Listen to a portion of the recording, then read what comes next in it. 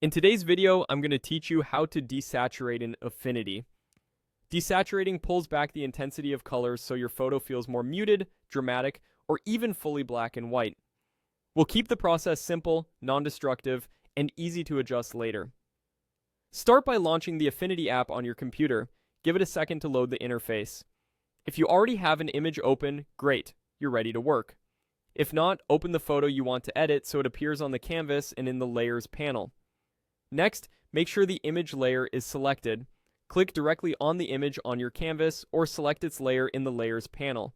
This tells Affinity which content you want the adjustment to affect.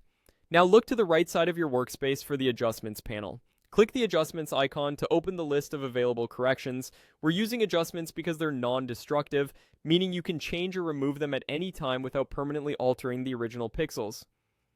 From the list, choose HSL. HSL stands for Hue, Saturation, and Lightness. When you click it, Affinity adds an HSL adjustment layer above your image and opens its controls. If you ever need to hide the effect, you can toggle the visibility of that layer or double-click it later to re-edit the sensor. Set it up on the settings. With the HSL controls open, lower the saturation value. Drag the saturation slider to the left to reduce color intensity. A small move creates a subtle, filmic look. A bigger move gives a stronger, moodier feel. Pull it all the way down to remove color completely for a classic monochrome result. Watch the preview as you adjust, and stop when the image feels right. If skin tones start to look dull or gray, ease the slider back a touch.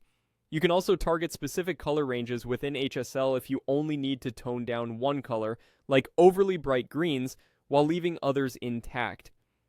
And if the image appears a bit flat after desaturating, a very gentle tweak to lightness can help maintain contrast, but keep the focus on saturation for this technique. That's it. Open the app, select your image, head to Adjustments, choose HSL, and lower saturation to taste.